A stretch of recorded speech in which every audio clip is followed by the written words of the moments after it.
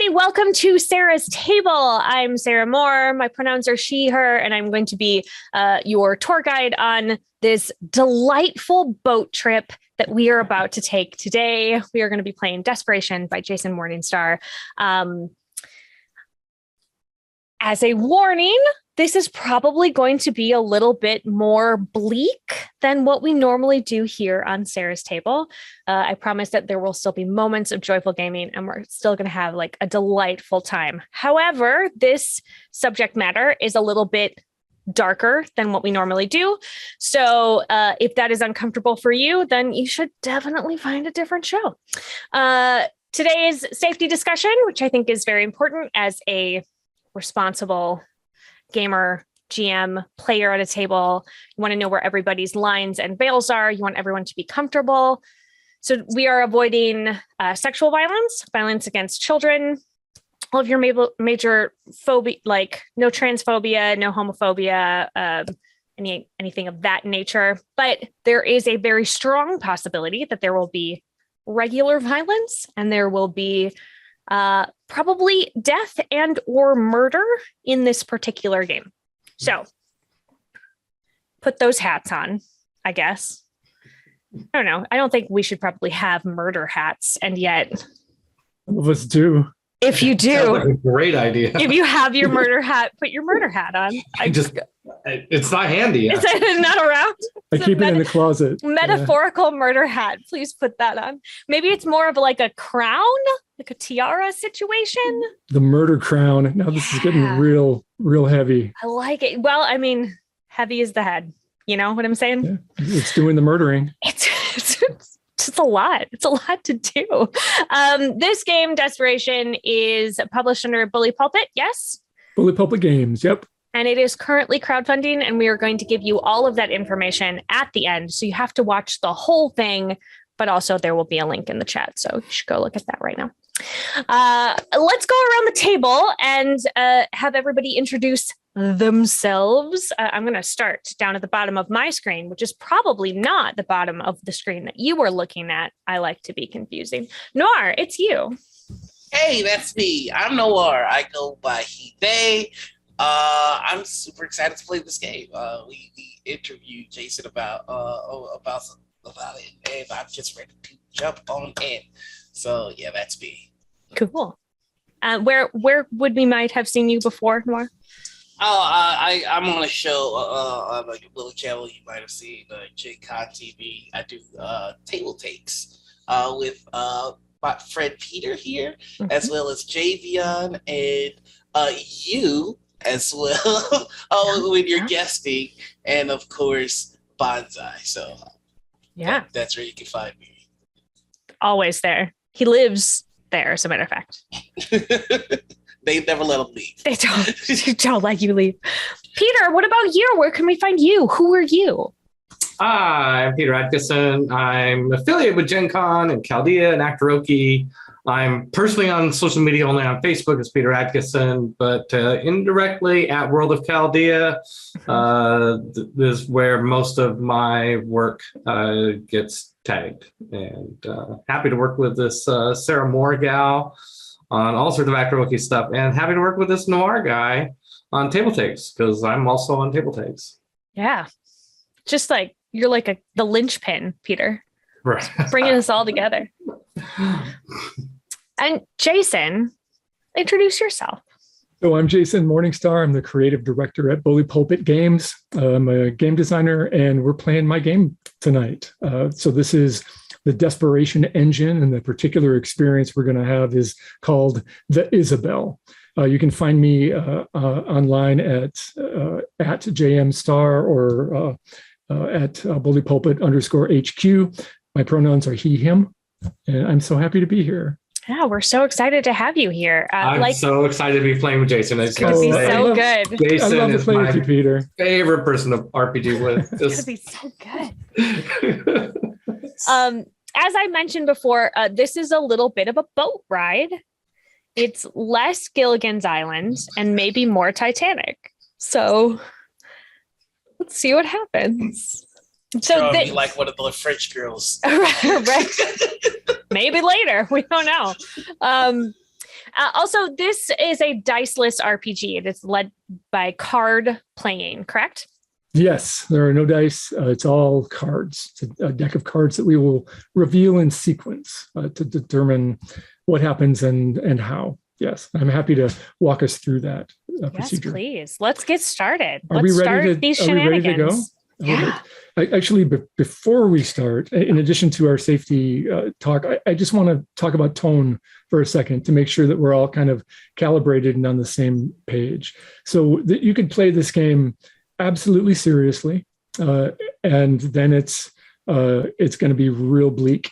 You can also play it with welcoming a little bit of humor, gallows humor, and relief in that way. And if you choose to play it in the first way, if one player is playing it in the second way, it's not as fun. Oh, sure. Right. So I just want to get us all on the same page. I'm happy with either mode.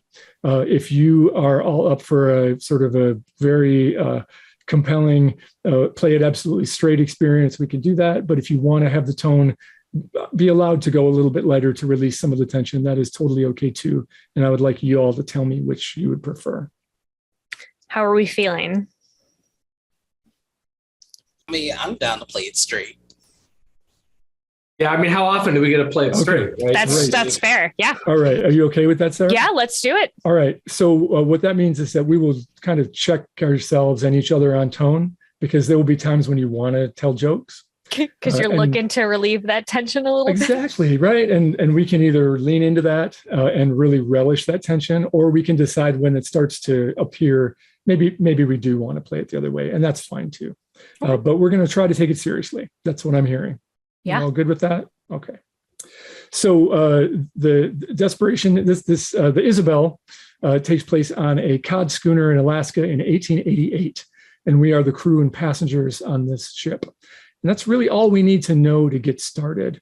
If you look at the Roll20 desktop, which we all can see, right? Everybody's looking at it? Great. Mm-hmm.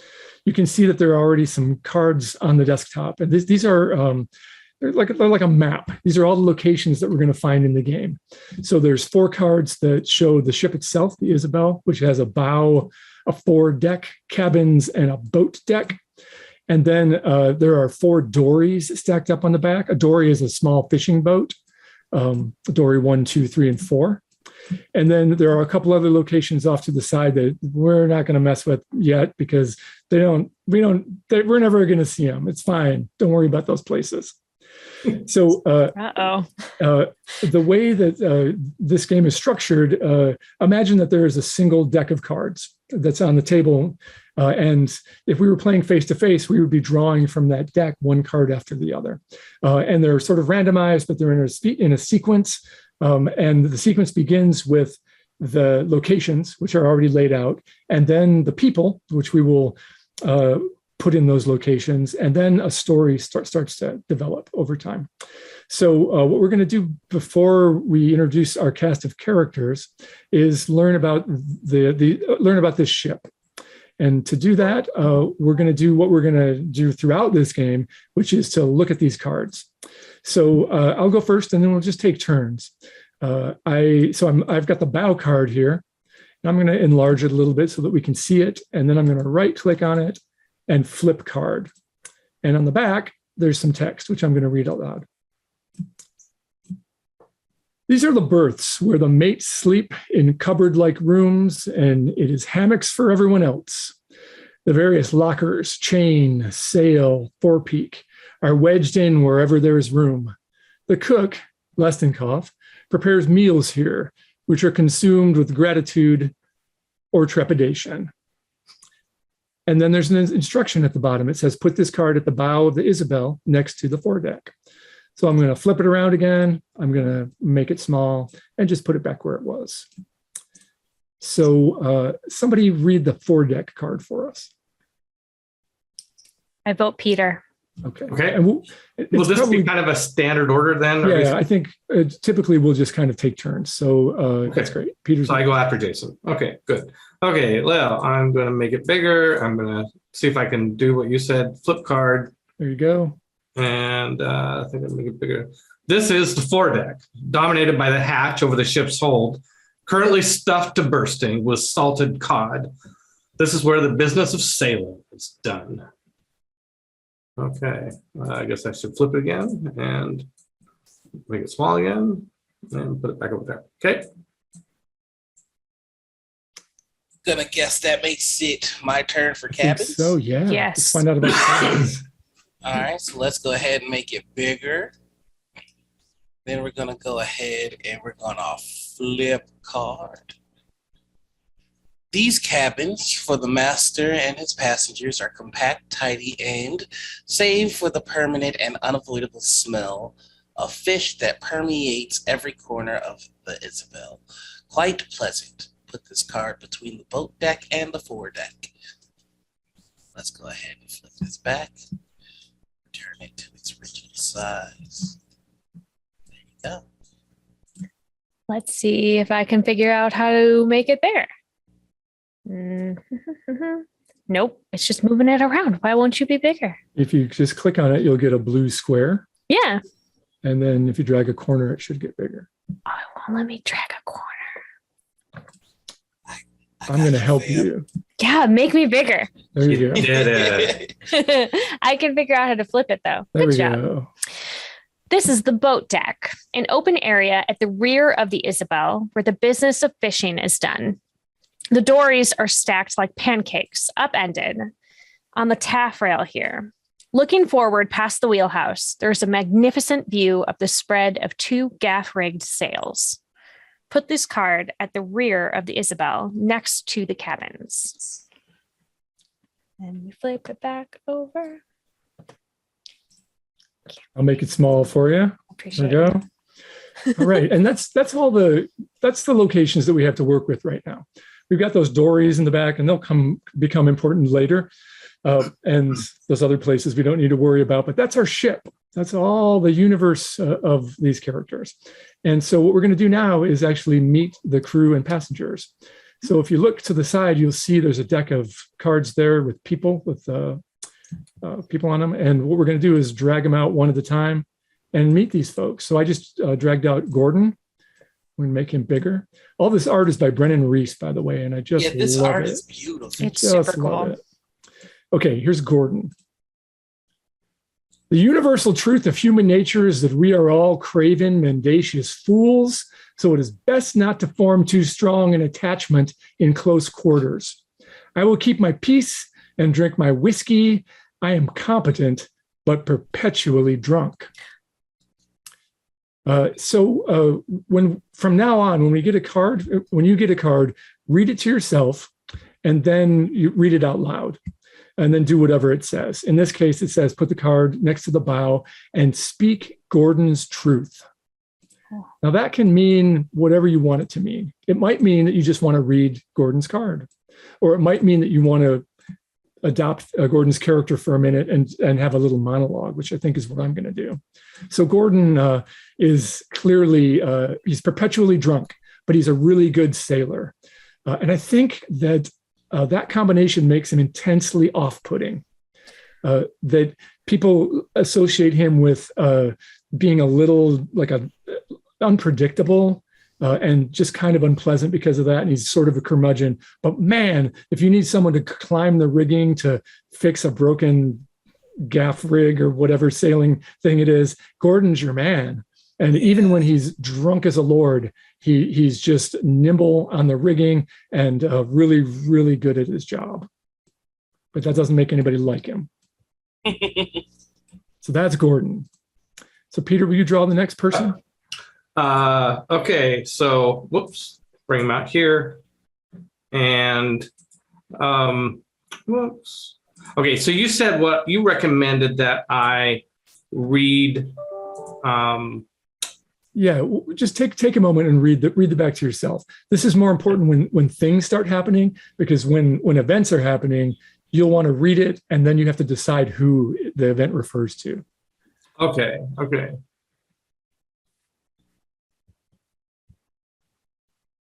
And for these characters, maybe you just want to kind of think about how you're going to present them. Okay. put this card next to the cabin's card. And you're going to read it out loud. Okay. No. Okay. So I read it to myself and then read it out loud. Yeah. Or however you want to work it. That's what works for me. Is to read it once and then read it out loud. Well, I think to prevent. Yeah. Okay. So David Towns, my wife, Lilith, is a genius who positively burns with the light of the Lord. It is my role in this life to assist her in her ministry. I myself am nothing, but Lilith has been guided by the hand of God, and I will in every way ease her path, even if it takes us to the frightful backwaters of Alaska. I am clever, but demanding. Well, isn't that interesting? Yeah. Yeah. Well, David Towns doesn't seem like a demanding person, but clearly he is. I wonder what that's about. It's probably tied to his religion. He seems to be pretty full of the Lord and eager to make sure everyone else is too. Oh man, and that's probably not super popular on a cod fishing boat. Yeah. Yeah, not too popular on a cod. Yeah. But as we meet some of these other people, we'll see how that would be maybe a problem. But he's but his wife is must be here too. She definitely is. We'll meet Lilith in a minute. Oh, I forgot where it said to go. In the cabins. I think it goes in the cabins. Okay, so probably need to make these smaller so they'll have room. There you go. That's perfect. We don't want to cover up the Isabel though, do we? As long as they're sort of nearish. Yeah. Right. All right. Looks like I'm pulling up Brown. What's up, my guy? Look at the swag on him. I like it. All right, let's take a look.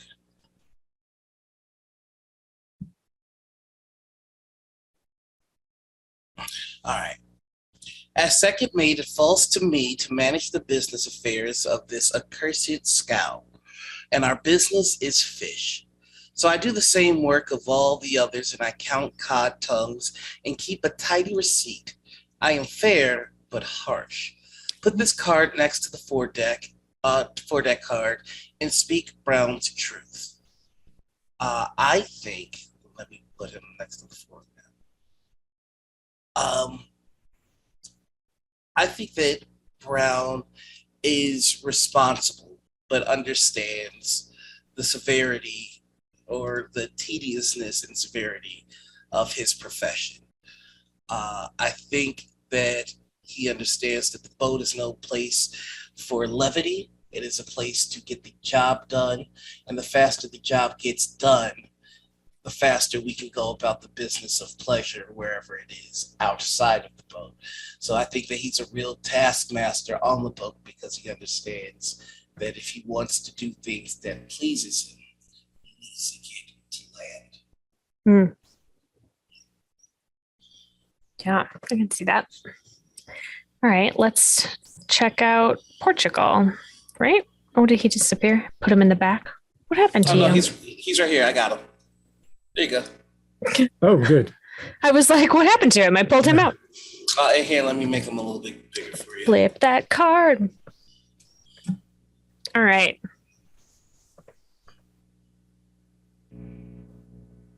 Macabalang. Thank you. That's a cool name.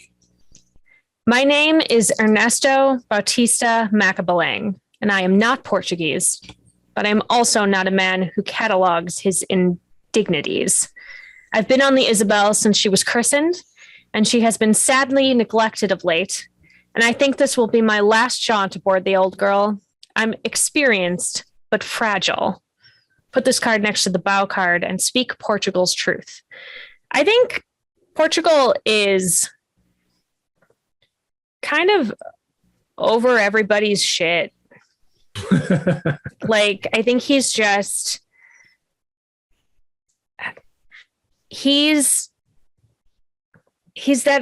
old timer that has seen all the things, and he knows, how things are supposed to go on a ship, and he doesn't want to deal with other people's newfangled ideas. He's just kind of done with everything. That's so good. Hey, here comes Lilas. Are we all ready for Lila's Towns? Lila's is pretty intense. I bet. I have been called to this work to bring the teachings of Jesus to those who toil in this forbidding wilderness, and my husband David will build my church in Sand Point on Popoff Island among the Aleuts and the Russians and the fishermen. I am passionate but presumptuous. I think that Lilas lives in a delusional world. I think that she has a little bit of a standoffishness from the crew of the ship. She doesn't interact with them. She does it through the intermediary of her husband. And in turn, David lies to her about them. So she thinks this is a crew of God-fearing religious men who are upright and do not sin. And I think that she presumes that, and because that's what her husband tells her, because that is what she needs to hear. It's going to be a very interesting relationship between the two of them. Yeah, because it's clear he adores her, right? Yeah. But in like a creepy way. It's true. Okay, Ann Nickerson.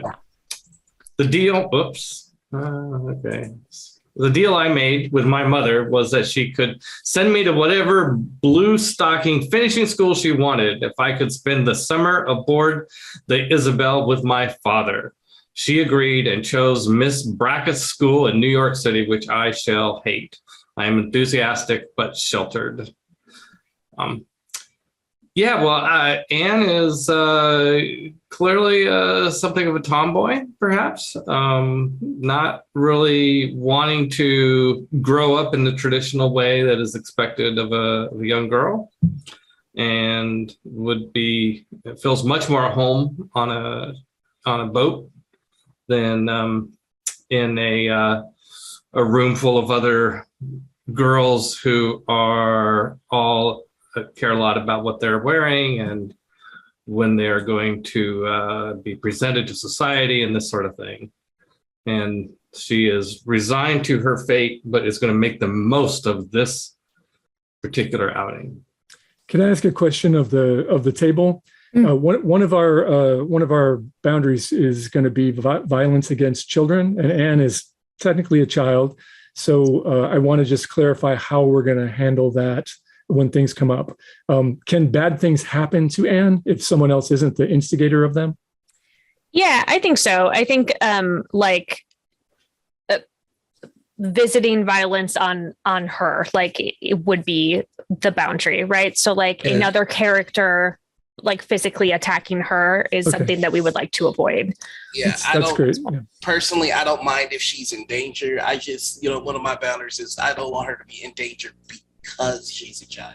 So, right. No, that's a very good distinction. Yeah. I feel the same way. Okay, I just wanted to sort of clarify that because of the way this game is going to go. There'll be opportunities for all kinds of terrible things to happen. Sure. Good. Right. It's time to meet the captain. So, look at that pipe. Hold on. There we go.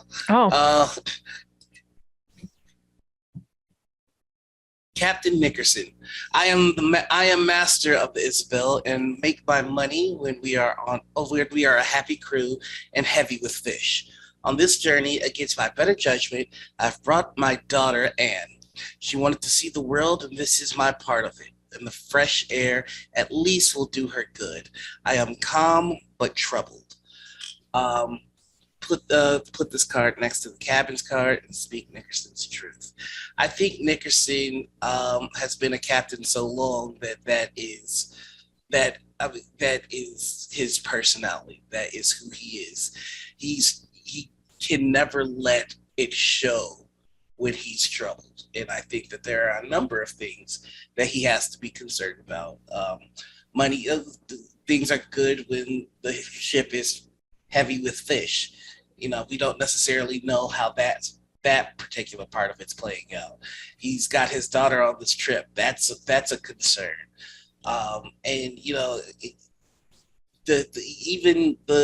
even the maintenance of the ship is something that he has to worry about. I think that he has done this job for so long, so well, that he doesn't know how to express his emotions because it's his responsibility not to. Oh, that's a nice touch. That's really great. He has to always be the level-headed one. Right. Okay, I'm sorry, go ahead. Oh, maybe that alienates him from his daughter too. Mm-hmm. Yeah. I think that the key thing that I picked up from this is that it's not maliciousness. It's all about doing the job right. Mm-hmm. So he probably gets along really well with Portugal and maybe even Gordon. They're like the quiet professionals. Yeah. I think that he's one of those people that can appear to get along with everybody because you'll never know if he doesn't really mess with you unless you're in danger to his crew. Yeah. That's good. Interesting. Which means that he doesn't really form bonds then. Yeah. What's it doing? Life being a captain. All right. Drag to deal. Flip the card. Can someone help me by making that bigger? I gotcha. Thank you. Lestenkopf. Every morning, I am up at 3 baking bread, as much to mask the stench of bilge water and kerosene as to feed the crew and passengers. I hate cod, but I love my job, and I love men. I am cheerful, but manipulative. Put this card next to the bow card and speak Lestenkopf's truth. I think Lestenkopf. Let's flip him back over and look at him. I think Lestenkopf never really fit anywhere else. He said he hates cod. He probably hates the smell of fish. He doesn't really like being at sea, but this is what he has found that he's good at and he's comfortable doing. He can sort of take care of the people around him and he enjoys the company of the men at sea, but he doesn't want to be a sailor. Oh no. What a terrible life. Oh yeah, but this is where he's found that that he fits. Yep, and they need him. Yeah, absolutely. Cool. All right, I'm going to drag out Holmes here. Oh, Holmes. Okay, there's Holmes. Truly, these illustrations are so great. They're so good. Holmes. I'm a simpleton, but my heart is as sweet as candy, and I'm glad to work hard among friends. For those who laugh at my infirmity, let God judge them. I'm likable, but careless. Oh. Holmes is not all there, but he does his best. He works hard. I think that how you treat Holmes is a real litmus test of what kind of person you are. Mm-hmm. So Gordon is always got a boot in Holmes's ass. David Towns avoids him. Ann Nickerson probably loves him. Lestenkopf gives him little treats all the time.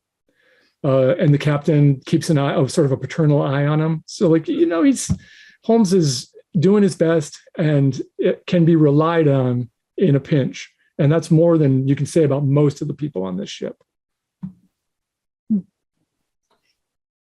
You put him by the boat deck, isn't it? I thought it was that's where he belongs. Okay. Okay. Bringing out Harris. Harris is. I would be anywhere else if I had my druthers, but like the cogs in a wheel, I require the money this trip will bring to realize my further ambitions. Laugh if you must, but I wish to be an actor. So it's fish heads for me, 4 months aboard this leaky tub. I am ambitious but cynical. But this makes me think that people might actually get decent pay for being on this boat for the enduring the rigors of going up into cold waters and storms and all the things that can happen and how uncomfortable it is. But Harris actually sees this as a way to accomplish his dreams, which are not to be a fisher person, but to raise enough money so that the rest of the year he acts. The rest of the year he pursues his dream. Do you think the rest of the crew knows that, or is it a secret? Well, it's hard to imagine he would keep it a secret. Yeah. I mean, yeah, this is the bow. Oh, the bow card. Okay. No, I think people know that he's an actor, just because he's, he probably tries to organize little, plays on the performances. Like that. Oh, that's great. That's great. Talks about it at least. And Merkuliev is next. Yep. Again, I know we're beating the dead horse here, but this art is really so something good. Else. Merkuliev. I'm first mate and Alouette. The Shumagans are home to me, and I know them well. But I left on a ship once, and now I don't belong there anymore. Any more than I belong in San Francisco. I am steady but lonely. I think Merkuliev is. I mean, the fact that he's first mate shows that he works hard. He's capable of learning a task. But I do get the sense that Merkuliev is also somebody that chases wonder, and has done so to the point where they don't have a home or a people. Like I think to Merkuliev, his next obsession is more important than alienating the people with him currently. And so whatever it is that he is curious about or wants to attempt, I think that he's willing to chase that at the cost of any prior relationships that he has. Oh, that's cool. Yeah. It sounds like he's burned some bridges, Mm-hmm. Absolutely.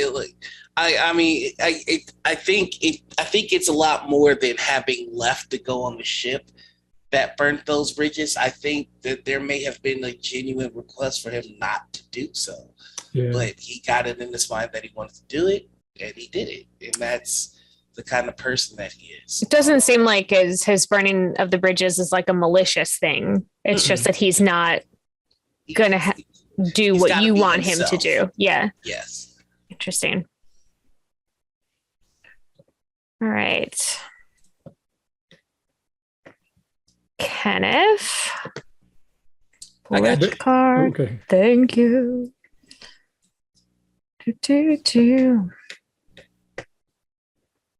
Kenneth. I have never been out of sight of land before, and it thrills me. Here I am, the son of a tar boiler on a grand schooner in Alaska. I am excitable, but unsophisticated.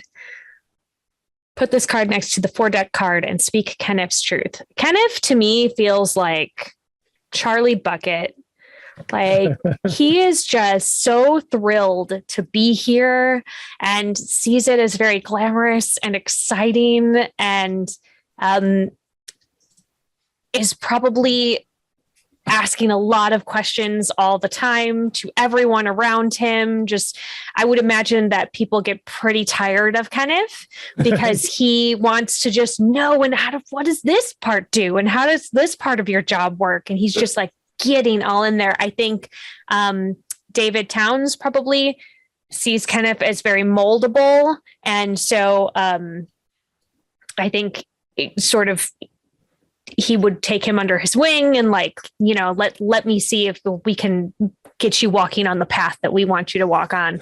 That's so good. I think that there's I think the rest of the crew sort of like, he is useful because if they don't want to do something that's a job that like kind of sucks on the ship, they can just be like, a real sailor does this. Here you go, Kenneth. And then he'd have to do it.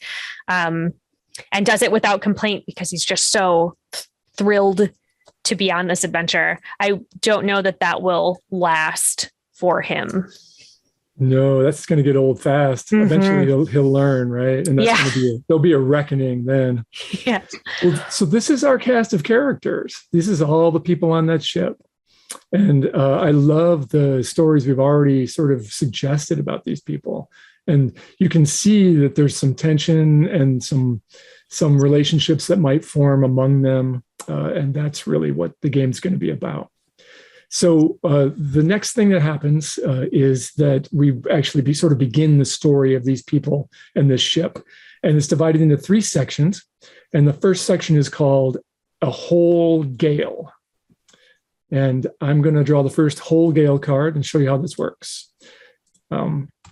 So here's my whole gale card. I'm going to flip it over. And it's got some text on it. And then it's going to say something at the bottom. Sometimes it'll give you a very specific instruction, and sometimes it will just say, speak your truth. The important thing here, though, is that it doesn't tell you who says this. So the absolute meat and bones of this game is deciding who is saying what's on these cards. So I'm going to read this to myself, decide who it is, and then I'll read it as that person and speak their truth. Okay. This is Gordon. Better days. I sailed with old Captain Turner aboard the Porpoise when these fisheries were a novelty 20 years ago. We took 36,000 fish in 2 weeks. Of course, now I'm among a less grand class of people, weak and timid people who go pale at a little weather. This ship is sound. I'm not going to wet myself over some rough seas. Gordon doesn't, he is a true sailor. He is a blue water sailor who is not afraid of anything. And I think he is also a little naive. So I'm just going to, I'm going to put this, I'm going to put this underneath the person that I chose. This goes underneath Gordon. And I'm going to send it to the back. Okay. So that's Gordon thinking everything's fine and that everybody's just weak. Okay, so I'm following suit, right? Yep. Okay, this is a speak your truth, okay? You just never know with people. You just never know with people. I made a lifelong friend before the Isabel and had cleared the Farallons, and we remain inseparable despite our obvious differences. On a ship like this, it is good to have a friend. I try to be a good one.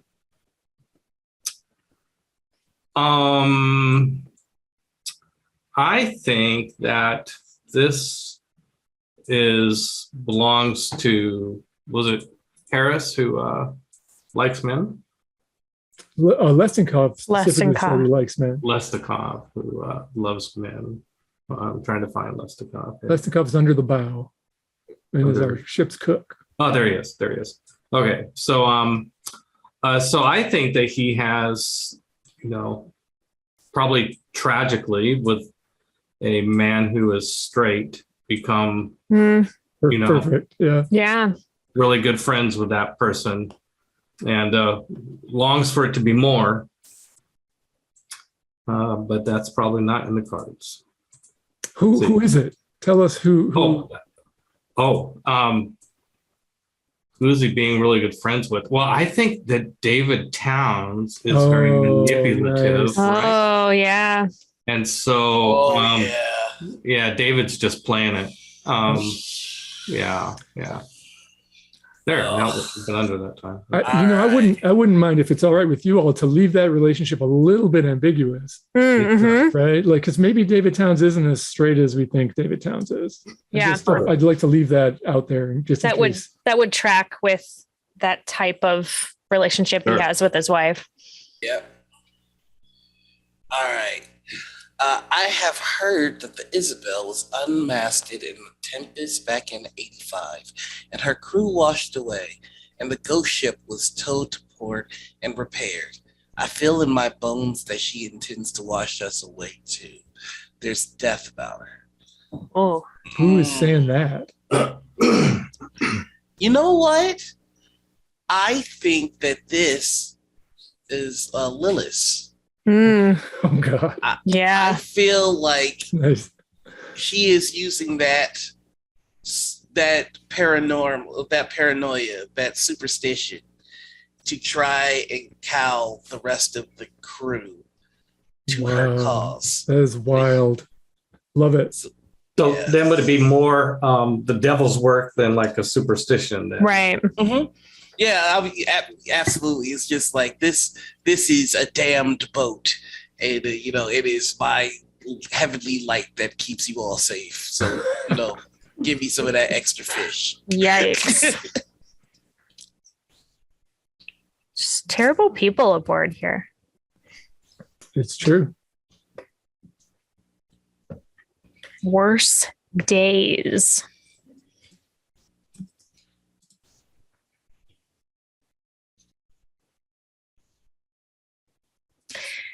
We are somewhere off, is it Sheridan. a Sheridan Point on Unga Island in this miserable gale, and the Isabel is taking on water. I was tasked with wrapping our bow in a sail to stem the flow, and that worked until we stopped making headway. Now the pumps cannot keep pace, and this ship is doomed. I think that is that Merkuliev is the first mate? Yep. I think that's him. Yep. Yeah. So I think he was doing his best to like just keep everything in stasis kind of and was having people assist. But also I think had a little bit of pride of like, I can do this better. You're not helping me. So I'll do it myself. And then the ship stopped moving and now it's just taking on water. do you think he's going to tell anybody? No. Okay. I think he's trying to fix it.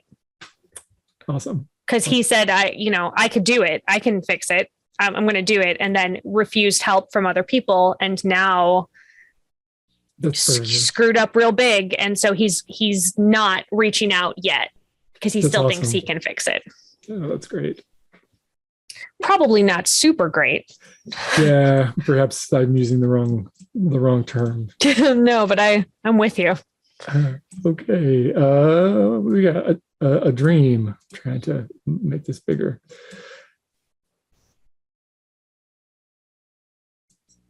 Oh, this is Holmes. A dream. I dreamed I was lost in the fog in a dory alone on the great ocean. I blew my tinny foghorn, but there was no reply. The sea was like glass and it was endless. I awoke in a considerable sweat, and to be perfectly honest, I'm glad we're in heavy weather. I'm spooked by those little boats. I think Holmes is just a little superstitious in a real elemental way. Mm-hmm. It's just part of his nature, and the people who are kind to him calm him down, but he needs to be calmed down because things are. I think maybe he's also very empathetic, and he catches Merkuliev's vibe a little bit, like he knows something is wrong, and then he had a bad dream. It doesn't help that Lewis is also kind of feeding into that. Oh yeah. Yep. A lot. Yep. Okay, the cod business. You catch a fish, you cut out its tongue. That's as good as money. The master counts your tongues. You get $30 for every 1,000 codfish. The rest of cod you have caught. Form a line. The header lops off the head, and the spitter opens the fish. And the salter, well, salts it and throws it into the hold. Work together and keep your own tongues. Keep your own tongues. We had a character that was kind of matter of fact and one of the early ones. Maybe it's the captain. The captain is Brown too. Is pretty serious and severe. Brown. So he was described as harsh, I think. Yeah. Okay. Well, let's go with we'll go with brown then for this. This is like, don't get distracted out at sea as to what we are here for and what we are doing and how this whole thing works, because it's serious business. Keep your shit together and do the job that you're assigned, and let's really not. We don't really need to talk about it more than that. Yeah, I bet they're super like annoyed with Lilas. The ones who are real serious about it sure are. Yeah. And someone had a question about the money. $30 for 1,000 fish. That's tons of money. They're making good money. Okay. Yeah.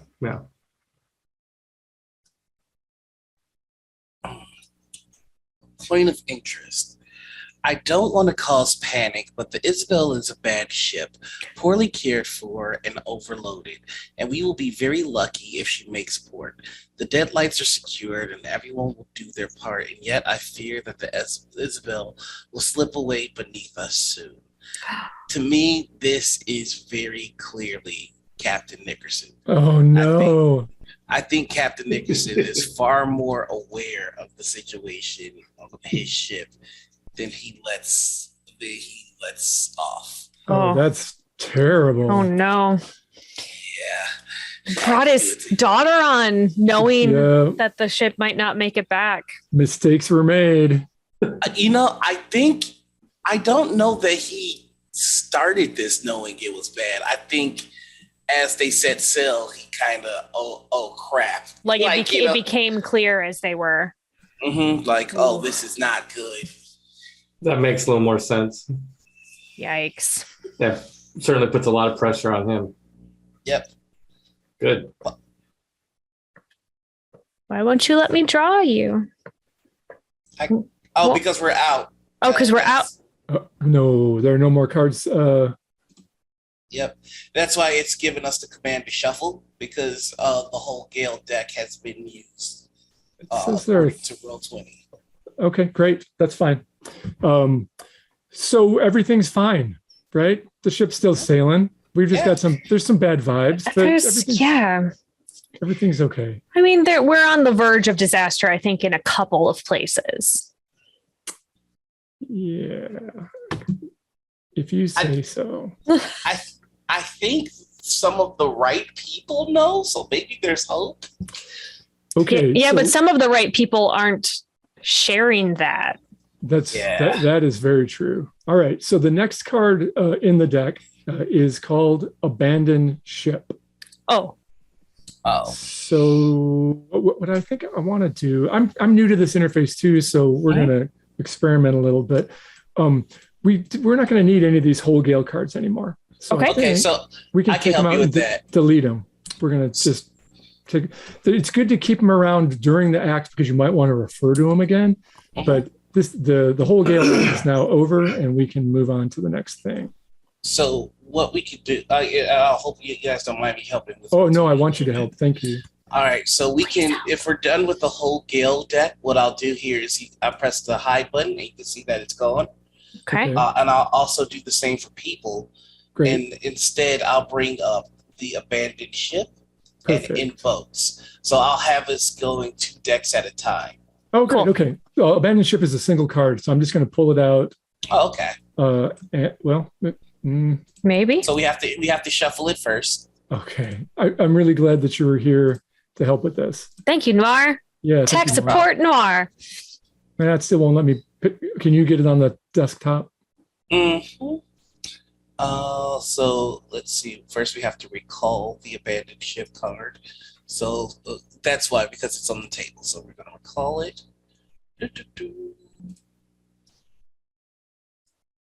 Already into it.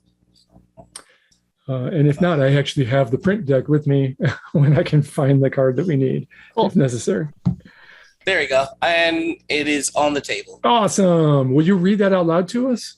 Absolutely. Because it's going to tell us to do some things. All right. So, abandoned ship. Choose someone to lash themselves to the will to allow safe escape for the rest. Send them to the deep. All right. It's important here that I note that when a card says send someone to the deep, that means that they're going to die, and we're going to consign them to the depths. So let's deal with that first before anything else. Who on this ship would do that? My vote is I'm torn between Captain Nickerson and Brown. Who's the one the one that was real old that was like, this is going to be my last journey? Is that Portugal? Gordon or Portugal? Let's see. I don't remember. Let's turn him around and see.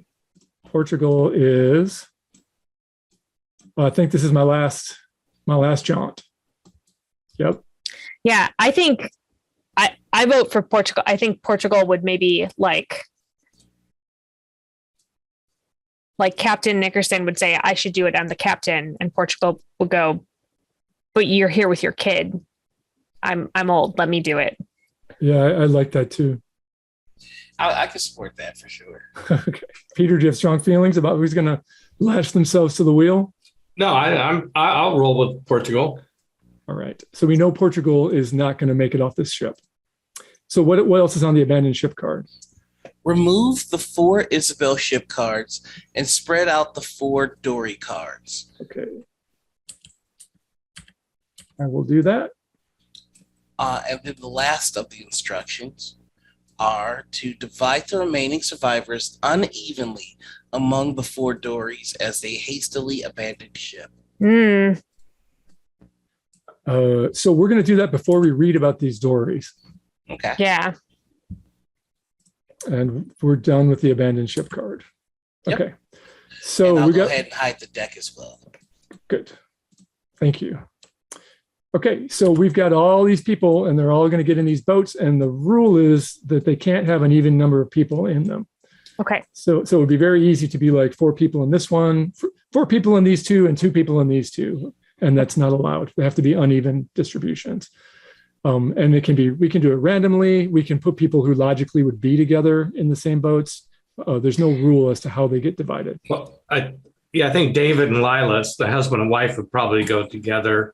Yeah, But it would be very interesting if they weren't together. Because it's chaotic, right? It's chaotic, but okay, fair. So, I mean, I agree with Peter in the sense that I don't see David not fighting his way to be in the same one as Lilas. Yeah. Well, and then I think just to make it interesting, Listenkopf is probably in there with them. Mm-hmm. Oh, no, of course. Yes. And I'm just randomly putting him in Dory 3. They can go in any. Yeah, no, that seems good. Okay, because we're going to find out about these Dories a little more in a moment. I think who's our sweet boy Holmes. Mm-hmm. I think is with the captain because I think that's where he feels safe. Okay. So he would go wherever the captain is going. And I really like that you put them on Dory 4 because I'd imagine that they wouldn't get on a Dory until everybody else did. And with that logic, I think that Anne would be on Dory 1. I don't know who with. But that captain would have put her on Dory 1. Oh, he's putting her on with the first mate, right? Yeah. First mate's a good sailor. Gordon's a good sailor. Yeah.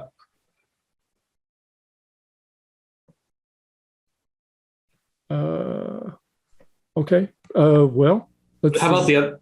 Put like 4 of the others all on Dory 2 if you want it uneven, right? Okay, just for.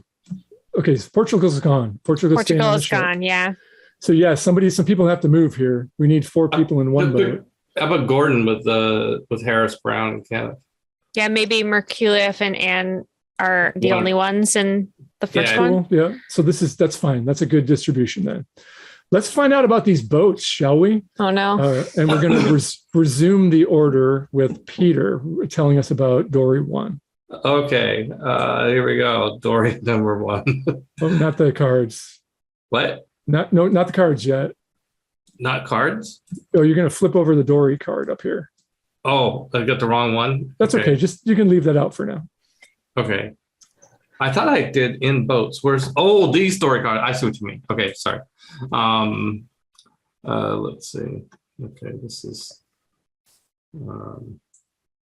okay. Dory 1, flip card. Okay, sorry. Oops, it's got away from me. Okay, this dory has a sprit sail rig, and can positively fly with the wind. Rigged for day fishing, it has no provisions or useful equipment. Oh no. Oh. Okay. But it's Good stuff. fast. It could keep up with whatever is happening. Yeah, it's going to be fine. Sure, it'll be fine. Okay, that's Dory 1. Oh, that's nice. I figured it'd help us Skull and out. crossbones. Yeah, that's good. I like Portugal. I'm sad that Portugal is gone. I like Portugal too. All right. So Noir, will you tell us about Dory 2?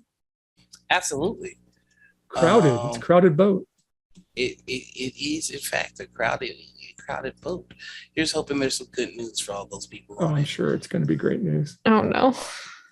The dory is in terrible repair and will immediately begin taking on water when battered by confused seas. It has no provisions, no sail, and one useless oar.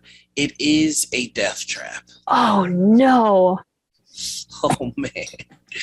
That's bad. Okay. Well, cool. Yikes-a-roni, the San Francisco treat. Yeah. That's not good. All right. Let's see about Dory 3, shall we? I'm sure Dory 3 is great because I feel like you're all lying to me. Okay, Dory 3. Oh, wait, maybe someone took good care of this dory. There's a butt full of fresh water and a tin of biscuits and a fishing line and 3 oars. It is squared away and could keep 2 people comfortable on a journey. Oh, praise the Lord. only 2 people comfortable on a journey. You know, I hate that it's these people that got they, I believe, would say that it is divine providence that they ended up in the one that worked, and not because they had scouted ahead just in case. Yep. David Towns did his work. Absolutely. All right. I'm going to tell you all about Dory 4. Dory 4 is going to be fine. I'm going to bring it to the front. This old dory would be perfectly acceptable in fishing weather, but this is not fishing weather. When heavy seas pound her, she will lose her centerboard and become uncontrollable. Anyone on board will be at the mercy of the wind and the current. I'd say that's bad news for the captain and Holmes, but we'll see. We'll see. Maybe it's going to be fine. Okay, now, Peter, you're up, and go ahead and read the first of the in boats cards, which is discomfort. Discomfort. Okay, so so the smallest things cause the blood to boil with rage. The body shifts, and there is a grumbling, and then an annoyed little kick, and then, despite my exhaustion and starvation, I am fully prepared to tear someone's throat out for their outrageous insolence. There's a moment's hesitation, and then I collapse. We will fight again.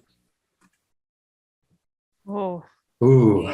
So this is back to picking somebody who is. Tell us who said that and who they were angry at. Well, and it's got to be Dory 2, right? Yeah. Let's see here. Well, and they caught themselves though. They got really upset. It sounds like they got really upset on the inside, and rather than moment's hesitation, then I collapsed. Did they get in a fight and lose? It sounds like they just started to act out and then caught themselves. Mm-hmm. Okay. Well, probably I think yelled at. I would imagine there was like words, but isn't Kenneth the really? He's the new one. He's the green bean. I don't know about us. Yeah, and he's most, more even. He's more. But he's like someone who would do the wrong thing. Yeah. He Well, and the trip isn't really turning out like he thought it would. No. Yeah. So this was his moment of crisis, at least the first one, where, this just has not been going to plan. And he's tried to keep up be in a good mood all the time and be can do and really positive. And then he snapped or almost snapped. Poor Kenneth. Yeah, that's not like him. So people were probably like, oh, okay. Yeah. Yeah. All right. Take a note. Kenneth's losing it. Well, they probably were taking out all of their frustration on him Right. this whole time. Right. Yep. All right, so here we go. A survivor. And here's a rat, spiky with black grease and evil to look upon, that somehow survived the calamity and has made its way into my dory. I think we shall be friends. I do not need any more enemies. Speak your truth.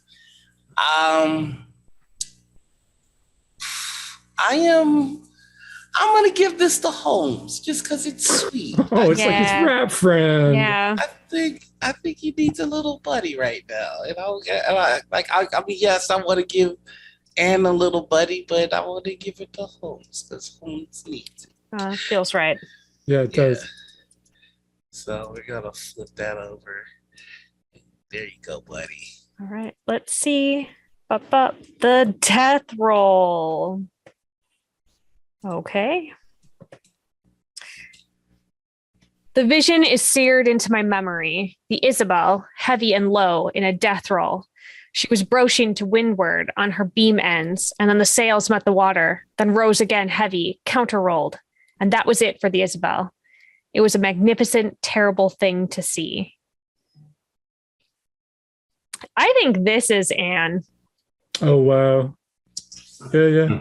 I think that she went out looking for one last adventure before she had to be, stuck going and being a proper young lady. And she watched somebody die instead. And it changed her. And I think, not that she liked watching death, but I think it made her feel more alive. And I think it made her feel even further from what her mother wants for her. Yeah, I bet she's thinking I can't, you don't go back from something like No, this. I can't go pour someone's tea after I watched this ship go down. Right. I watched Portugal die. Yeah. This is a guy she knew him. Yeah. Wow. Yep. That's great. Okay. We're in boats. Oh, shit. Okay. Great. Oh, no. Yeah.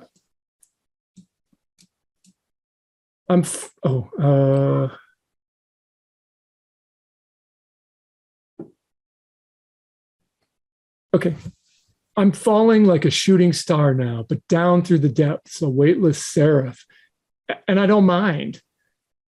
Below me is the Great Alaskan Cod Bank.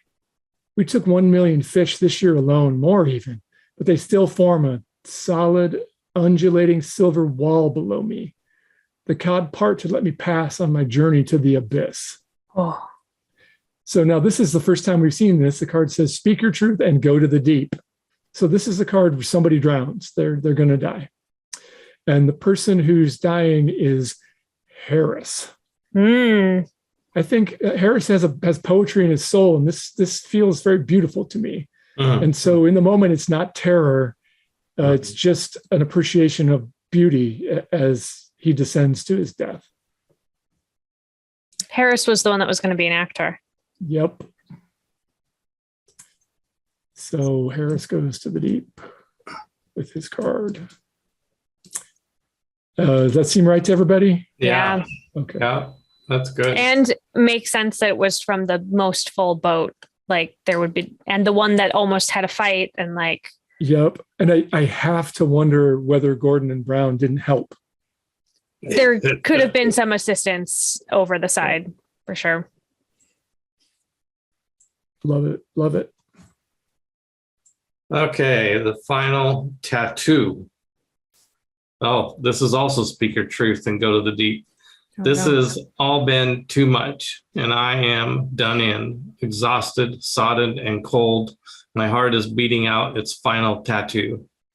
When I am gone, I hope I am treated with decency and gentleness.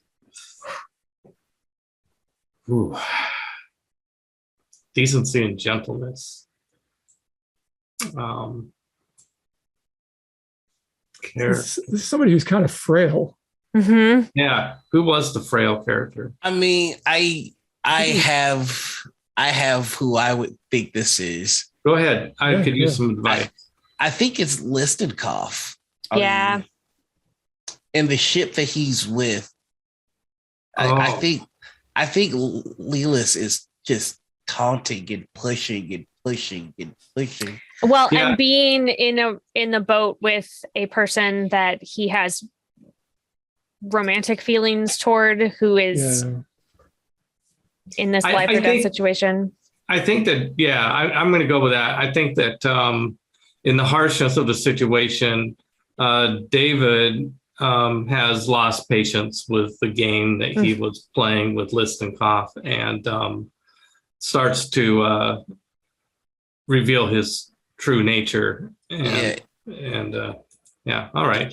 It was either going to be Listenkopf for me or Kenneth. Mm-hmm. I'm going to go with Listenkopf. Yeah, Kenneth would have been good too. That's great though, because his heart's broken. Yeah. And he doesn't want to be a sailor. Right. He didn't want to be on the sea to begin with. Well, and the boat only holds two, so somebody had to go. And also sort of sacrificing himself for the person he loves still. Yeah. Rough. Woof. Yeah, that's good. Love it.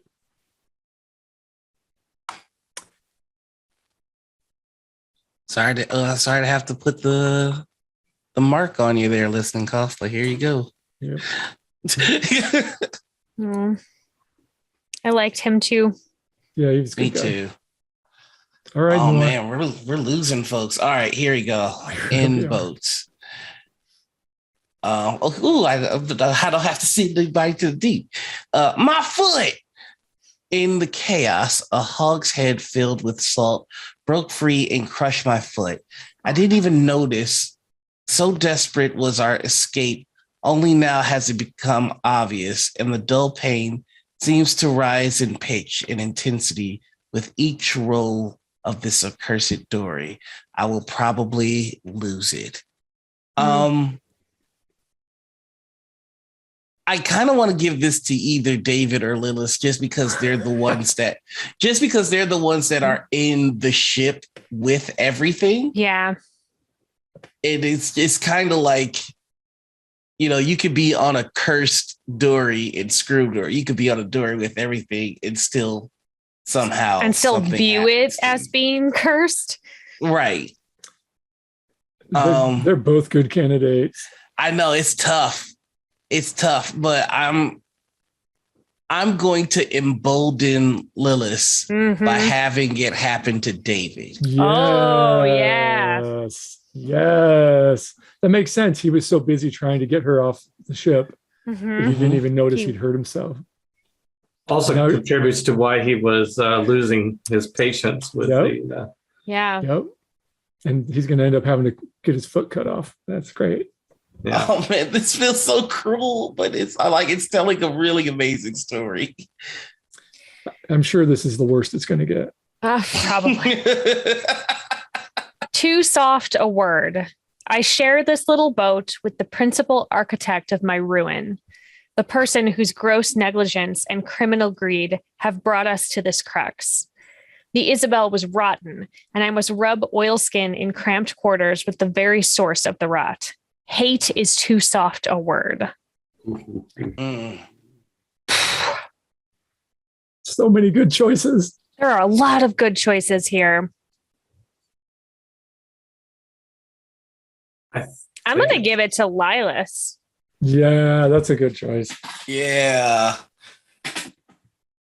Lilas, I think, is only on the boat because wanted to get to the ultimate place where they were going, and this was the easiest way to do it. And I think there's a strained relationship with her husband. I think she knows that David had a thing going on with the ship's cook. And I think that there's a, like, she was so, like, hurt by it that she channeled that into, like, righteous indignation about how could he not love me the way I need him to love me. And so I think it's channeled in this crisis into hate. Well, if she sees him as a hypocrite, then yes, that's one of the worst sins. The worst thing you could do. Yeah. I love that they ended up on a boat that is literally the best that they could get. Yep. But they're tearing each other apart. Yeah. Like, Yep. oh. Good. That's very satisfying. All right. The next card is 4 months and 3 days.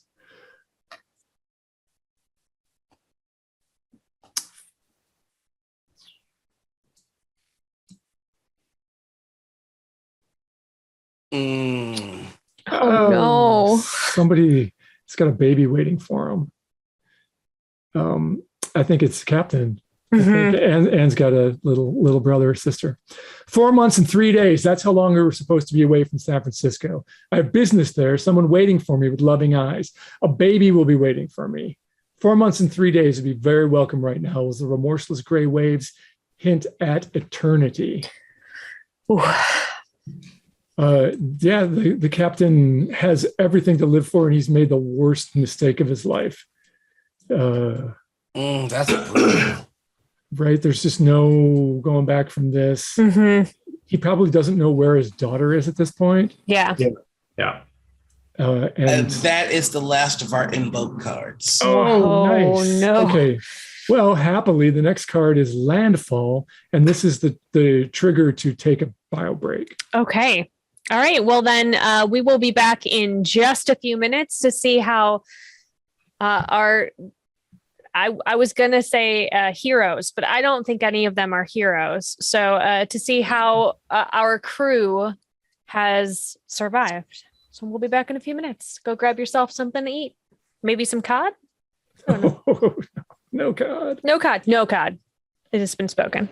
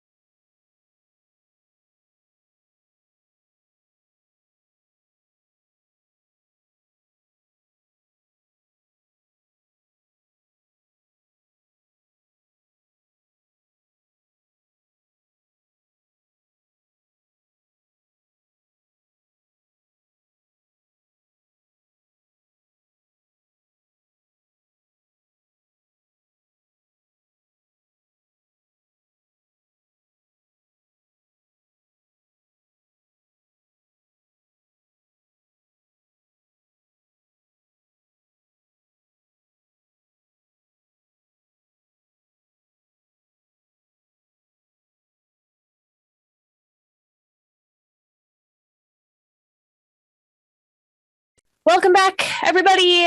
Normally, we would be probably doing some sort of ridiculous cartoon-inspired dance at this moment, but we are keeping it a little bit more serious and somber today on Sarah's Table, and we were trapped at sea, and we were just about to draw the card to tell us about how we made landfall. So let's make that happen. I would love for you to do that. Yeah, please do.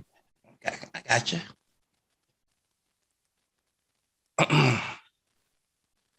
Ashore at last. The survivors make landfall and are perfectly safe. Remove the 4 dory cards and replace them with 2 shore cards. Place the survivors on the beach or in the bar as they might prefer. As they might prefer. Okay, so we have the Bara and we have the beach, and we should read about them as well.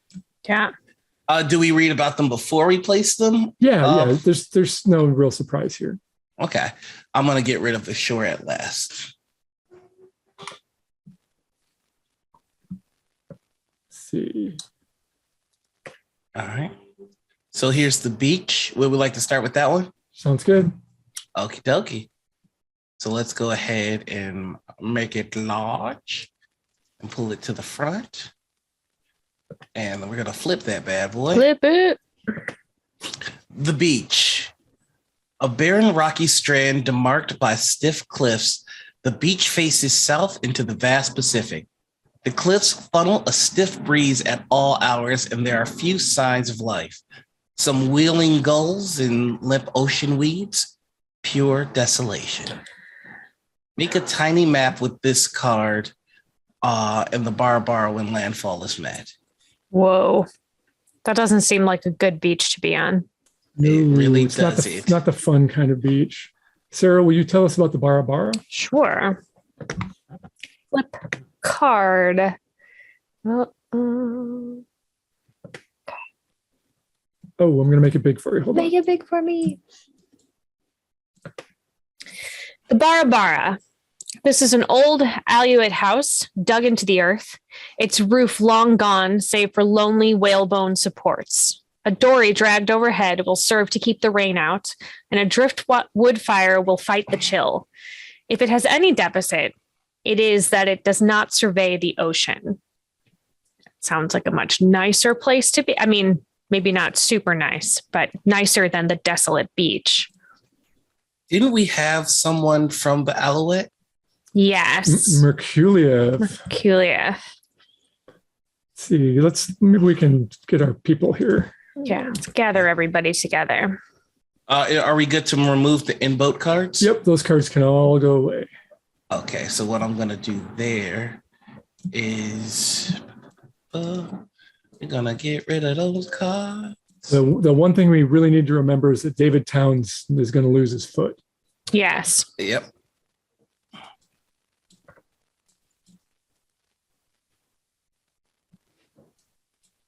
Okay. I feel like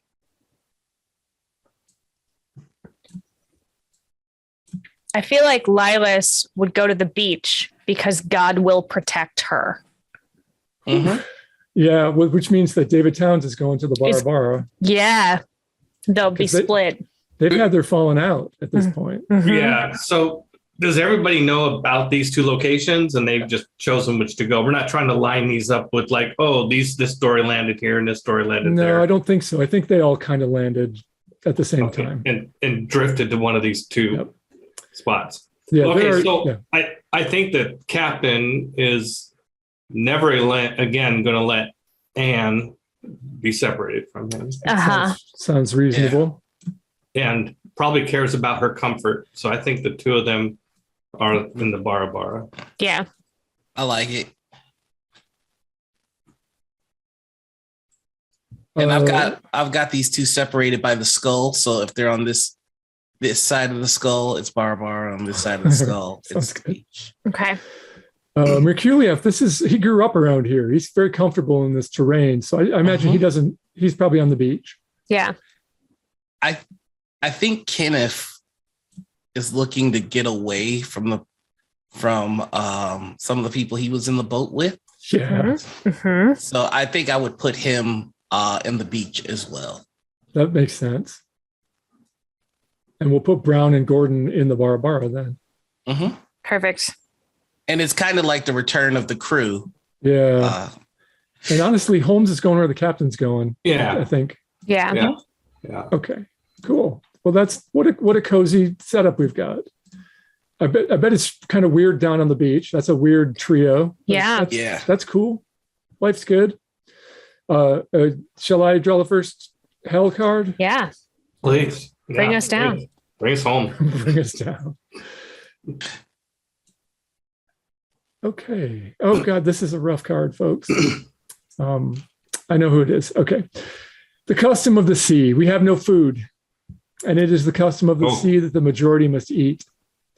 Lots are drawn, and I am chosen to sacrifice myself for the greater good. There's nothing noble about it, and I die struggling. Oh no. Speak your truth and go to the deep, Kenneth. Yeah. Oh, yeah. Any survivor who refuses to partake of your corpse goes to the deep as well. Ooh. Ooh. Bye-bye, Lilas. I think Lilas does eat. Oh, yeah. I think Lilas could justify it to herself. I have to stay alive. I am. To spread God's word. Yeah.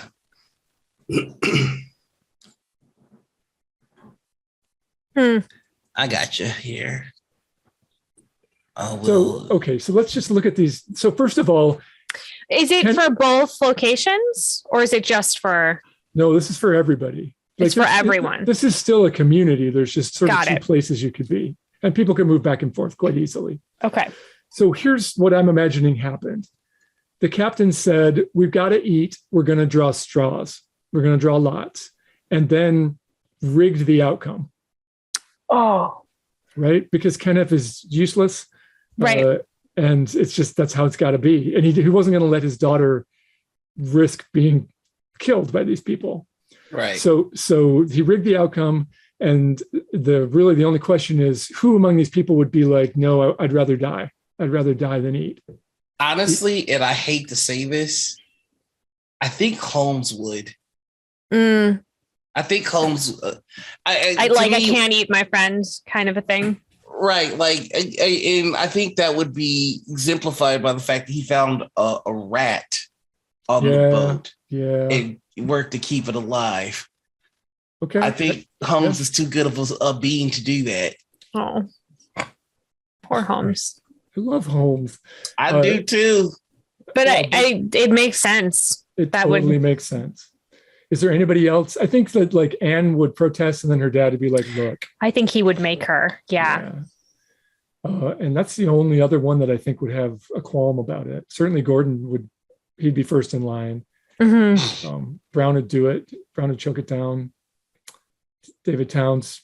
Yeah, that's it. Rough. Yikes. All right. I draw the next hell card. Yes. Yep. Yeah. Okay. Who else dies? The dreadful calculus. Hunger beats like a drum and focuses the mind wonderfully. I have eaten my belt, salty and horrid, and was prepared to start on my shoes when a cautionary note sounded in my brain. To lose my shoes would invite the loss of my feet. It is a dreadful calculus. I am so very, very hungry. I think. Oh, I'm sorry. Go ahead. No, you have an idea? Go ahead.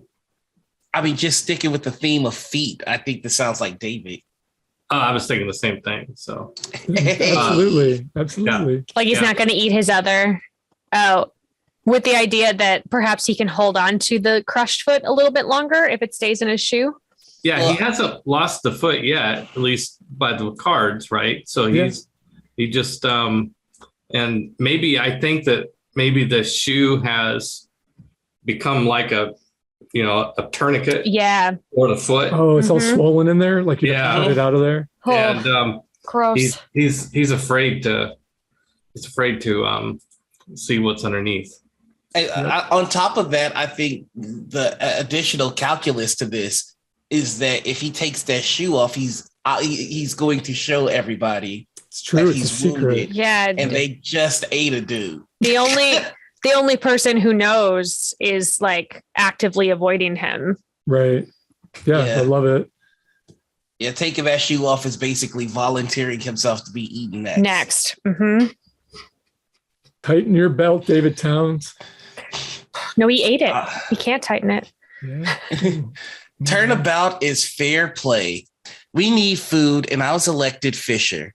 And Adori, after many hours, my line tensed, and I brought in a great, big, beautiful cod, the largest I have ever seen, easily 50 pounds and very lively.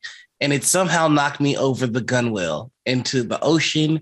And to no great surprise, I am too weak to save myself. Oh no! Speak your truth and go to the depth. Go to the deep. Oh man, I was hoping on my. Okay, this is Brown to me. Brown is competent, very good at what he does. And I think this is somebody that Nickerson trusts to handle things. Mm-hmm. Yeah, and he just, it wasn't a good one for him this go around. That's so frustrating because that would have been so good for them for so long. He had just made himself back, Does anybody else have any other ideas of who it could be? I'm very happy with that choice. I'm good with Brown. Yeah. Okay. I'm sorry, Brown. Like you're a real one. I just have to say, from now on, there will be no good choices. Yeah. Only bad choices. Oh man. All right. So we're gonna pull you to the front, Brown. There you go. Let's group you together. Oops, I grabbed too many things. Then we'll take you down to the deep. You're Put going to the skull and crossbone on you. Yep. All right, buddy. All right, let's see what we got here. The egg thief.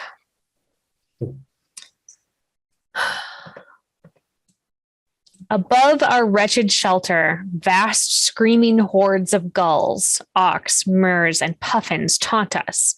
They nest in the cliffs, and those nests contain eggs. I alone have the courage and stamina to make the attempt, and I scale half the cliff like a triumphant goat and eat my fill. There is no practical way down, though, and the fall is the end of me.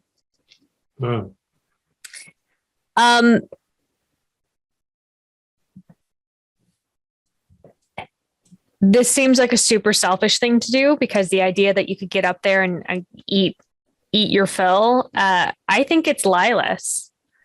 Oh, no. I think she goes because she's hungry. I don't think the idea that she could bring any of it back, I don't think that has anything to do with what she's thinking. Yeah, I love it. I'm hungry. I'm going to go up and eat something, and the Lord will protect my path back. And she walked right by Merkuliev, who is like, don't do that. Who would have said that is, you can't get back down from there, and right. You don't know anything. Right. I think Lilas has lived a life filled with David protecting, dealing with the repercussions of her actions. Yes. And now David is in a position where he can't. I think even now there might be some part of him that wants to find a way to get her down, and it's just not possible. So you can't. Yeah. And he can't get up there. Yeah. He couldn't go follow her. Let's move him to the beach, though. Oh, that he went, that he saw it happening, couldn't do anything about it. Yeah, or that actually, that's really beautiful that he came out to say something to her, to apologize, to try to have a rapprochement, and then he watches her fall. Mm-hmm. Oh, that's nice. Yeah, I mean, I could even see her believing that the puffins were a sign from God. Right. Like, yep. And, God has provided for us with all of these eggs. And then you get God, Yeah. I haven't enjoyed putting a skull on anybody, but I'm going to enjoy this one. Mm-hmm. Nobody likes Lilas for some reason. Just like a very selfish. It would be interesting to see a game where Lilas is actually like a really lovely human. I think you could do it. Absolutely. One of the fun things about replaying this is that you can make those kinds of choices. Yeah. Yeah, these people are just who we made them to be. Right. We just decided that Lilas was the worst. The what? I mean, she's kind of written that way. Yeah. But whose draw is it? Is it Sarah's draw? No, I just drew that one. It's me. It's you. Great. Uh-oh. Dry throats. It is May in the Shumagins. Oh, this is Anne. It's May in the Shumagins, and water should be the least of our concerns, but nature has been perverse and it refuses to rain. I am so very thirsty and so very weak. I wrung some muddy silt out of a tuft of lime grass, but the effort exhausted me and it was undrinkable. I'm going to die here eventually. Yeah, imagine I'm going to put her down on the beach now. Yeah. She's at the end of her rope. And she doesn't want it. Is she regretting, like, I should have listened to my mother? I could have been like someone's wife right now being taken care of. Why didn't I just? Yep. That's rough, man. She probably blames her dad. She's angry at her dad. Yeah. She's a teenager, right? Of course she's going to blame her dad too. But like being angry, it takes too much energy. So it's hard for her to contain, like to continue the anger. Yep. That was probably Merculia who showed her how to suck water out of lime grass. Yeah. Okay, my secret. I have a corrupted wound, and I've hidden it as long as I was able. But now it has gone black and foul, and the limb must come off. The thing must be done with a cod knife, and I suppose I will live through it. Well, I think we all know who. Yeah. This card has been waiting for you. It's been waiting. That's right. Yeah. Or Peter, you could surprise us all. More than one person could have been hurt. No, I think I'm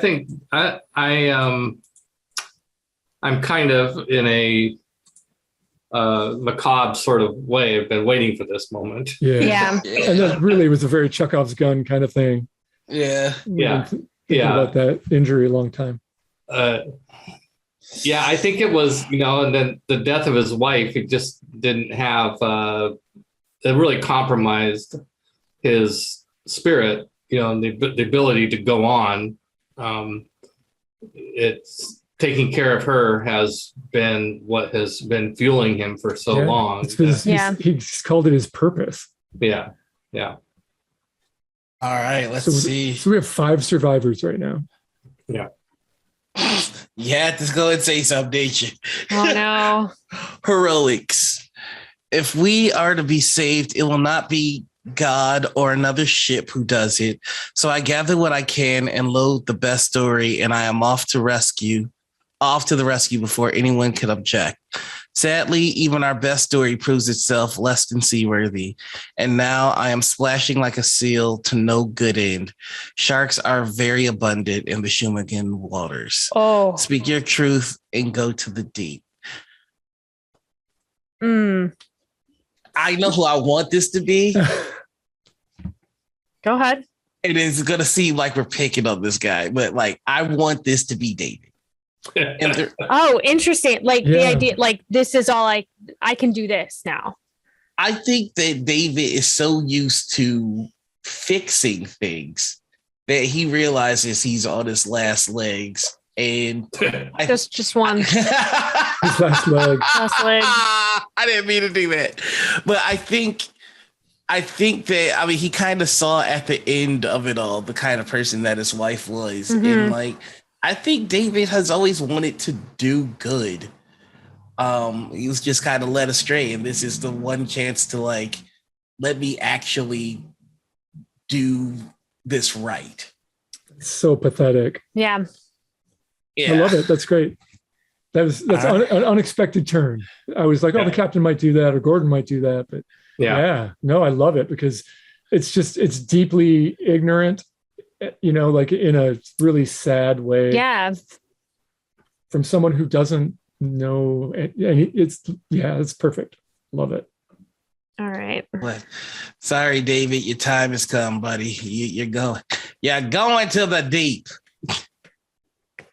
All right. A baptism. Someone takes absolute leave of their senses.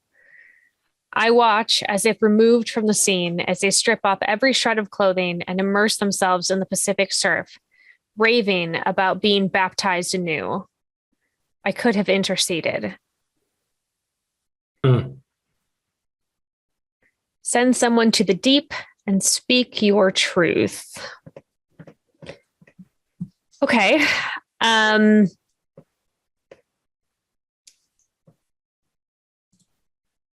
Well, I think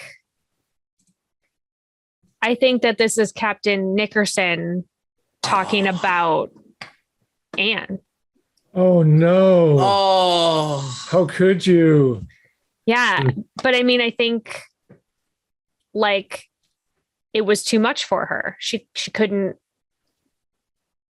like, she's just been watching all of these people die. And I think she just like couldn't do it anymore. And so I think he like came upon her at the very end and didn't get her out in time. That's harsh.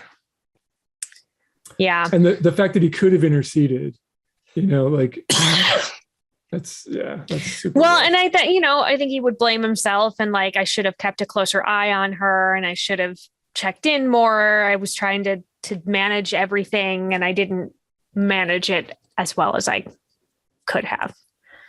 So, right.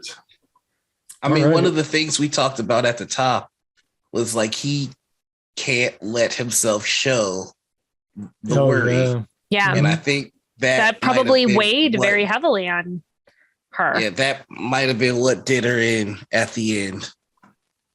Wow. Oh, interesting. Okay. The next card is. Okay. Someone is preaching now. This is Captain Nickerson. Mm-hmm. Someone is preaching now on the topic of Paul and his shipwreck, and it is loathsome to my ears. I cannot bear it. I curse the sound of it. I curse God and all gods. I shake my sword-covered fists at a sky that never darkens. I will die with venom on my lips, or I will silence that preacher forever. Mm-hmm. Speak your truth and send someone to the deep, or go yourself. I think go yourself. Go yourself. Yeah.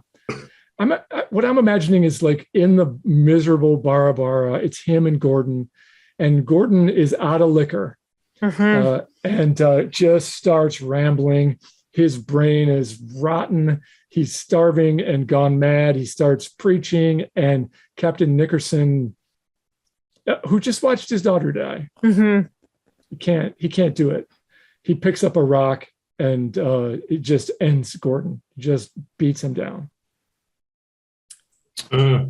That's what happens in the Bara Bara. We are down to the captain and the first mate. That's right. And it's not guaranteed that anyone will survive this game. Mm-hmm. I'd like to mention these are the two that knew earliest on that something was wrong. Yeah. Mm-hmm. Yep. I remember something about him. Just this final moment, I think I need a little rememory here, a little debrief here. I don't belong there anymore. I belong in San Francisco. There's something really poetic about him just kind of sitting on the beach where he doesn't belong. Where he doesn't. Does. Mm-hmm. Where he started, but doesn't belong anymore. Yeah. All right. He's just watched a bunch of fools die. Yeah. And, all right. And at least a lot of them were preventable. Right. Okay. Butter clams. Someone who knows better told me not to eat the butter clams I dug up. Said they were poison, but I was too hungry to listen. I ate them all up raw, and now I'm wearing them like a filthy apron and coughing up blood. And I can't talk right, and my vision is fading. I can't even remember my name or why I'm here. Well, I think because it was somebody more experienced that would have been the captain who told him not to eat them. and he seems more likely to ignore that advice than the captain, I think. So Merkuliev is going down. Yeah. It's the captain on his own. I got it. He's just stuck all by himself. He is. We'll see if he makes it out, but I also kind of All right. I could absolutely see him surviving and that being a worse Yeah, right. thing. At this point. Oh God. Regrets. Wow. Oh man. I hear a groan. It is the moaning of the damned in hell. The Isabel had bad seasons in 86 and 87, and her owner neglected her maintenance. The signs were everywhere. She was a leaky ship, and she groaned in misery when worked by contrary seas. She is groaning right now, and it fills my head until I scream. Oof. We know who gets that card. Yeah, feels correct. It really does, doesn't it? And it's also, I think, somebody established early on that he knew that there was a problem with the ship. Yep, Yeah. It's perfect. it really does. All right. Is there another one to draw? Let's see. Yeah, There is. A lady. Off the beach, I see a sight. It is an Alouette in a baldarks, and remarkably, it is a woman who is nursing a child. I gesture to her, "Do you have any food?" and wade into the water. She paddles away in her graceful little skin boat. Perhaps she will alert someone. Perhaps I imagined her. All right, well, so I think Captain Nickerson is losing it. 100%. Like, I think he's just. Or he at least thinks he is. I mean, that's so good because the very next card is Salvation. Salvation. I think he thinks he's going nuts. So like, yeah, he walked down to the edge of the water. He saw this apparition and then he walked back to the bar. Mm-hmm. Okay, Salvation. The schooner Albatross appears and the beach is soon swarming with her cod dories. Survivors, speak your truth. Oh. So, there is, man, I almost wish it was, what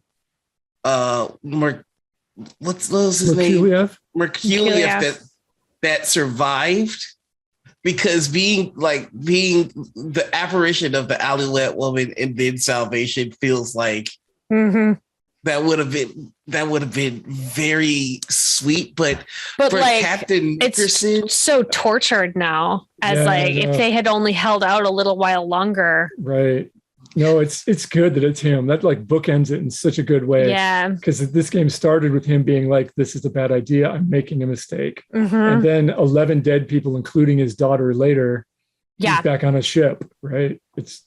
I think it's very spooky. Yeah, totally. That it's very spooky that it was a woman breastfeeding that he saw, with the idea that he's got a baby at home and he's got a child. Yeah, so I mean, it kind of feels like even though he went through this hell, there's still a point for him to keep pushing. Yeah, which is very traumatic and terrifying and very sad. Yeah.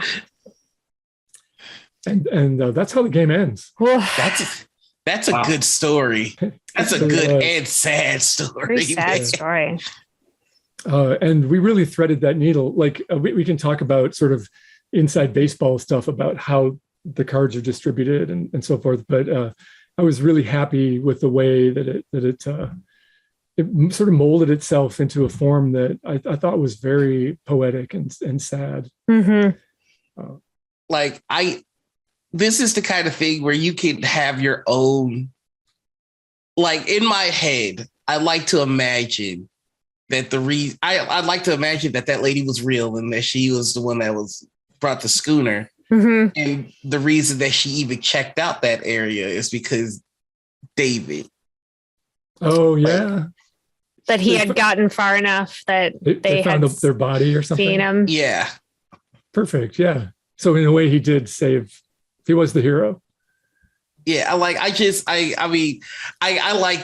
to put positive spins on things. So that's like in my head, that's how I interpret the story, which is this guy who spends his entire life under the heel and foot of like a false prophet, like has a turn at the very end and is able to save this guy. So man, it was rough and going out. That would hit hard. Yeah, but I think like as hard as that was, I think that card, it made the most sense for it to have been her. I think I love everybody's choices. Like and that's the thing. Like there are no good choices. No. There are no good choices. But there also are no bad choices. Like, right. Yeah. Like, they all lead to amazing stories one way or another. It's just woo. Yeah. Like, and in the movie version, I'm imagining there was a scene where the Alouette woman finds David's body and it's just this scene of this woman comes by and finds this body and then that's all there is to that scene, and later she shows up on the shore. Right. Yeah. And it helps the audience tie it all together. Mm-hmm. I think this actually leads us into let's do our moments of gratitude then of what choices or things that happened during the game really stood out to you. I was so pleased at the really strong decisions that y'all were making that were surprising. Like the death of Lilas was a really, really well-considered and perfectly timed choice. That was cool. And the death of Anne was the same way, right? Like it was unexpected for me because I wanted to protect those characters and they should not have been protected. It was perfect. So I think that was Noir and Sarah. Thank you for making those excellent choices at the perfect moment. Yeah. Like I'm really impressed by how much. Like when we were first had this interview, I was wondering like, I love role playing games because I get attached to characters, and I'm like, if you're not really playing the role, how efficient will this game be at getting you emotionally tethered to these people? And the answer is good. It's very good at it. It's like it is very good at it in a way that I did not at all expect. Like I think we all felt something for Holmes. Like right. And like it sucks for him to die, but he died a good dude. And like he did, yeah. in this, that's kind of it's the best you can do. Yeah. Like every time we sent somebody to the deep, and there was it elicited like oh, I liked him kind of moment. Like we were all doing it. We were all like feeling it together. Of like, yeah, no, this is the correct way, but man, that sucks. Like it was very cool. I'll do a gratitude to you, Sarah, for kind of going off brand a little bit on this voyage with us. Yeah. And, having my good friend Jason on to run a game. Yeah, I just like telling stories. I just, generally they're pinker and fluffier, but this was such a cool journey to take. And it really was a very satisfying story to tell by the time we got to the end of it. Yeah, like I again, it's in role playings, you very rarely get moments to have like that heroic sacrifice, and you can get that in this in a very quick amount of time. You really can. Like, and multiple times. Yeah, and that hits, man. That hits hard. Because, like you said, there's no guarantee that anybody makes it out. So the fact that somebody made it out, that is a victory. Yeah. This dude's gonna need all the therapy. So much. Every little bit of therapy. Well, and at that time, probably not. Yeah, this therapy is going to be whiskey. Yeah. Or like just a straight up asylum, probably at that point. Yeah. Jason, tell us a little bit about the crowdfunding campaign. Yeah, I'd be glad to. So we're crowdfunding this game and its companion game, which is called Dead House, set in the same time, but during a blizzard in Kansas. So you get both of these experiences. They use the same rules engine, which is the Desperation engine.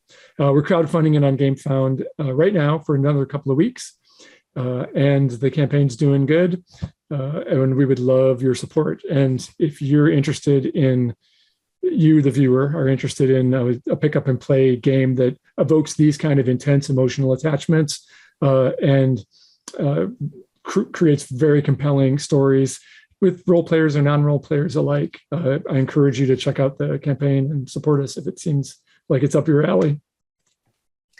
I would definitely suggest, but before we started, we were chatting before we started the stream.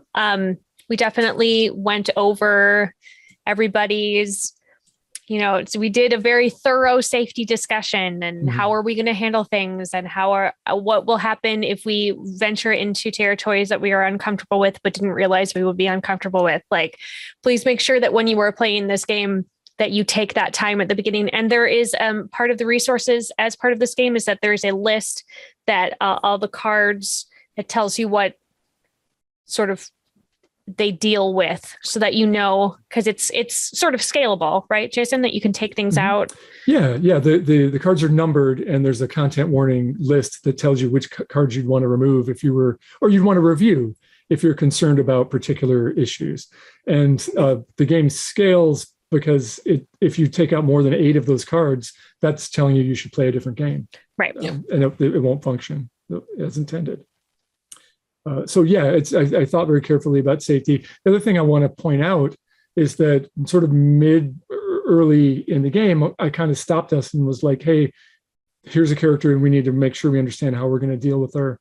Let's calibrate around this in a very explicit way we can all buy into. And I would encourage you for games like this and this game in particular to do that. There's no harm in stopping in the moment and being like, let's check in and make sure that we're all on the same page. Yeah.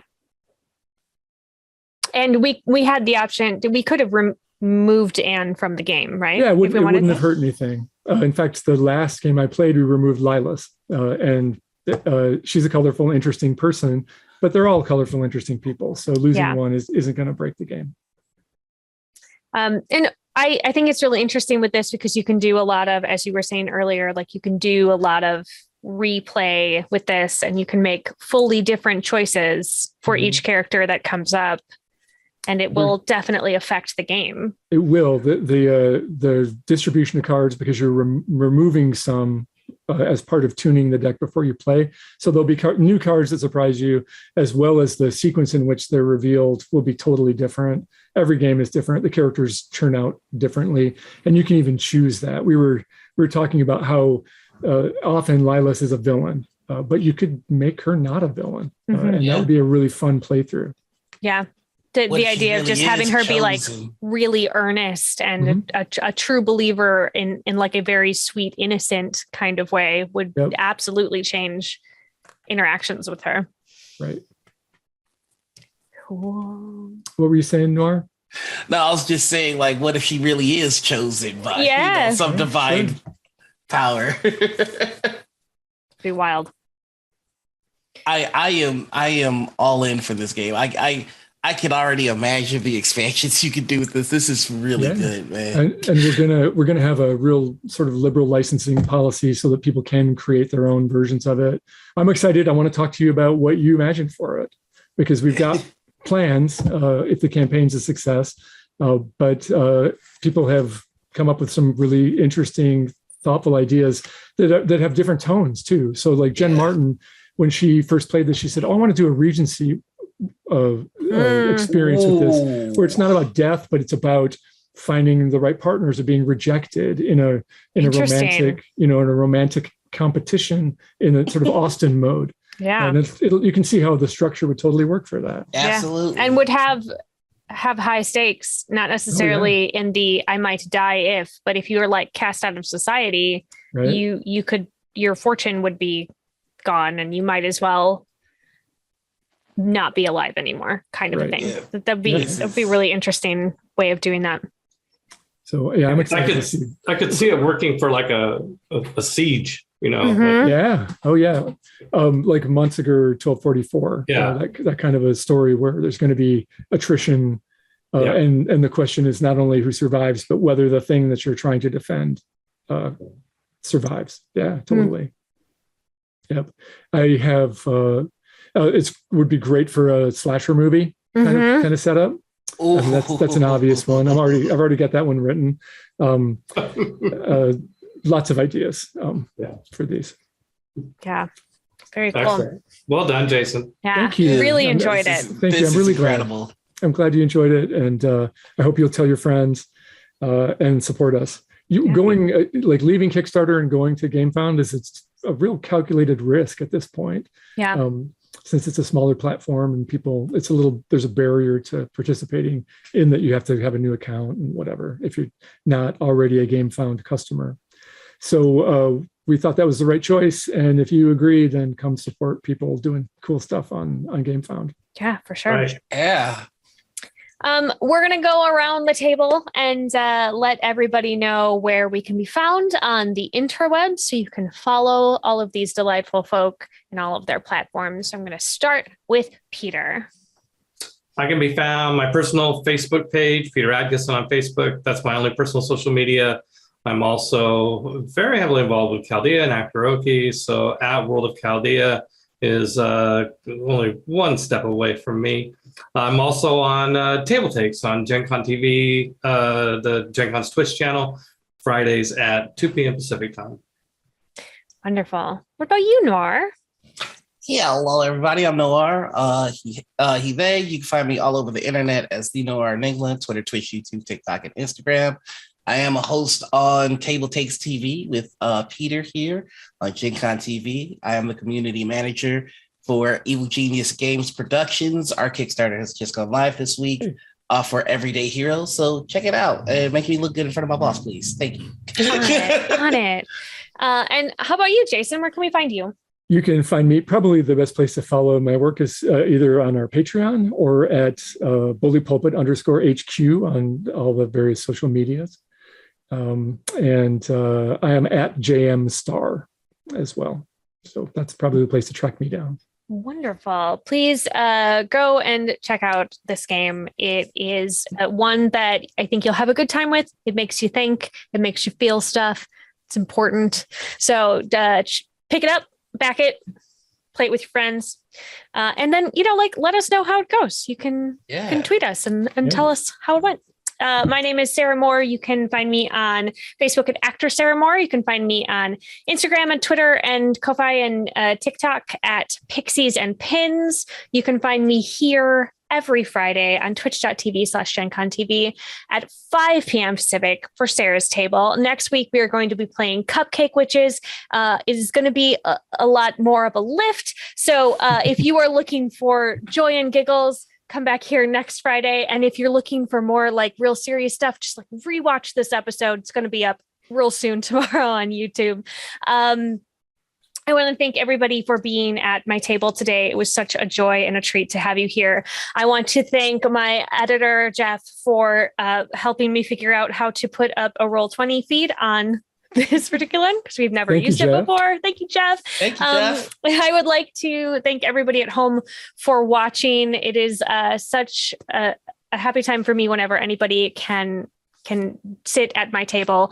Also, if you are in the Chicago area, you should head over to Grindhouse Cafe because they have a Sarah's Table themed drink special called #JoyfulGaming. And it is a tea latte and it's super tasty. So go get that. Go play some games with some people. So as always, keep making art and keep being art. We will see you next time. Mwah.